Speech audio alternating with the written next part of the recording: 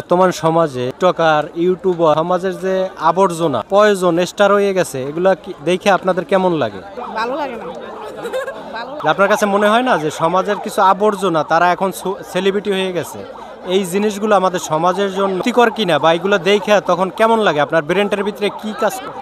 জি, অবশ্যই আবর্জনা মনে করি, কারণ তাদের জন্য নর্মালি কোনো একটা কিছু নিয়ে সেলিব্রিটি হয়ে যাচ্ছে তারা। তাদের জন্য যে আসল সেলিব্রিটি যারা, তারা ঢাকা পড়ে যাচ্ছে। তাদেরকে কেউ এখন চিনতে পারছে না, যারা বেশি ভাইরাল হয়ে যাচ্ছে রিসেন্ট কোনো নর্মাল একটা কিছু নিয়ে, তাদের জন্য আসলে আসল মানুষগুলো ঢাকা পড়ে যাচ্ছে। তো অবশ্যই তারা আবর্জনা, আর তাদের কাছে শিক্ষণীয় আমি মনে করি না কিছুই আছে। ইউটিউবারের নামে টিকটকের নামে যে কিছু কিছু মানুষ সমাজকে কলুষিত এবং সমাজের ছেলেমেয়ে নষ্ট হচ্ছে কিনা? জি, তা অবশ্যই হচ্ছে। যারা আছে বিভিন্ন মানে পড়ালেখা ছাড়াও অনেকে টিকটকার বেশি মন দিচ্ছে বা এরকম কিছু আছে, তাদের জন্য তাদের যে আসল শিক্ষাটা সেটা ঢাকা পড়ে যাচ্ছে, আর সবাই সেটা শিখতে পারছে না। তাদের ভিডিও থেকে কেউ কিছু শিখতে পারছে না, উল্টা তারা নষ্ট হচ্ছে বা এরকম কিছু। তো এখন আধুনিক যুগের বাচ্চাদের কাছে টিকটকার এগুলো প্ল্যাটফর্ম একটু বেশি, মানে কি বলবো, বেশি হয়ে যাচ্ছে। সবাই বেশি গুরুত্ব দিচ্ছে টিকটক প্ল্যাটফর্ম এগুলোকে। তাই আপনার কাছে কি মনে হয় আমাদের সমাজটা বর্তমানে সুস্থ না অসুস্থ? অবশ্যই অসুস্থ, সম্পূর্ণ অসুস্থ হয়ে গিয়েছে। জি অবশ্যই।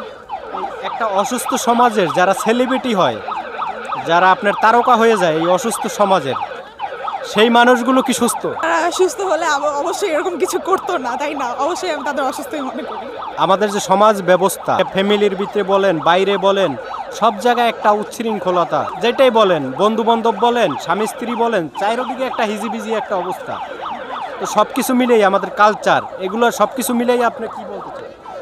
সব কিছু কালচার মিলে বলতে চাই, যারা এই সমাজে এখন বসবাস করছে, অবশ্যই টিকটক প্ল্যাটফর্ম আছে, স্ন্যাপ আছে, বা বিভিন্ন সেলিব্রিটি হওয়ার যে প্ল্যাটফর্ম আছে, এগুলো থেকে নিজেদের বাচ্চাদের বিরত রাখা উচিত এবং নিজেদেরও বিরত রাখা উচিত। কারণ আমাদের আধুনিক সমাজে আজকাল এইসব বেশি শৃঙ্খলা সৃষ্টি করছে, পরিবেশ নষ্ট করছে। তো আজকাল বাচ্চাদের উপর এটা ব্যাড ইফেক্ট পড়ছে। তো আমি মনে করি নিজেদের পরিবারকে সচেতন হওয়া উচিত, রাষ্ট্র থেকে এই প্ল্যাটফর্মগুলোকে উঠিয়ে নেওয়া উচিত। এইটাই মূল সমস্যা কি আমাদের শিক্ষা ব্যবস্থার? আপনার কি মনে হয় যে আমাদের শিক্ষা ব্যবস্থার ভিতরেই একটা সমস্যা? সুশিক্ষা দরকার আমাদের স্কুল কলেজ ভার্সিটিতে, এরকম কিছু? অবশ্যই আমি শিক্ষাকে সবার আগে দায়ী করব, এবং যেই নতুন কারিকুলাম এসেছে এই শিক্ষা ব্যবস্থাকে আমি আসলে দায়ী করব। এই নতুন কারিকুলামে সেই বাচ্চাদের কোনো পড়াশোনাই নেই আসলে, আর পরিবার থেকেও একটা শিক্ষা আসলে দেওয়া লাগে, কিন্তু সেটা তাদের মধ্যে ঘাটতি দেখা যাচ্ছে। তো আমি মনে করব রাষ্ট্রের পাশাপাশি পরিবার থেকে আসলে মেন শিক্ষাটা পাওয়া যায়, তাই তাদের সাধারণত অবলম্বন করা দরকার। সঠিক শিক্ষার জন্য পরিবারটা দায়ী। আপনি যদি বিয়ে করেন, ওই ছেলের কি গুণ থাকতে হবে? 1 2 3 তিনটা গুণ।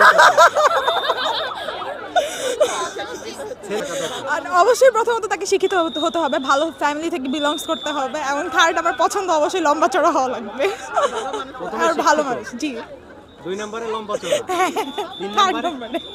3 নম্বরে অবশ্যই ভালো ফ্যামিলি থেকে বিলংস করা লাগবে। 3 নম্বরে ফ্যামিলি। জি, মানুষ যখন বিয়ে করে, এটাই তো মানুষের সবচাইতে মূল্যবান জীবন, তাই না? হ্যাঁ, জি জি অবশ্যই। সেইখানে যদি হিসাবের খাতায় আমরা ভুল করি, ছেলে মেয়ে যেই হই, মেয়ের ক্ষেত্রেও ছেলের ক্ষেত্রেও, এই যে আমাদের সমাজে ডিভোর্স বেড়ে যায়, গ্যাঞ্জাম, এই দেখা যায় সম্পর্ক করে বিয়ে করে, তারপর 1 বছর 6 মাস সম্পর্ক করে বা 1 বছর সম্পর্ক করে, তারপর বিয়ে করে ফেলায়, তার আর 1 বছর পর ডিভোর্স হয়ে যায়। এই যে জিনিসগুলো শুরুতেই যদি আমরা জিনিসটা যাচাই বাছাই না করে জীবনসঙ্গী হিসেবে না নিই, আপনি এই ব্যাপারে কিছু সবার উদ্দেশ্যে বলেন জীবনটা কিভাবে শুরু করা উচিত? আমার আসলে বিবাহিত জীবন সম্পর্কে কোনো ধারণা নেই, কারণ আমি অবিবাহিত। আর সবার আগে বিয়ে করার আগে সব থেকে বড় ইম্পর্টেন্ট কথা হলো নিজেকে আগে স্টাবলিশ হতে হবে, ছেলে হোক মেয়ে হোক নিজের পায়ে দাঁড়াতে হবে, এইটাই, আর কিছু না। ওকে, থ্যাংক ইউ, ধন্যবাদ।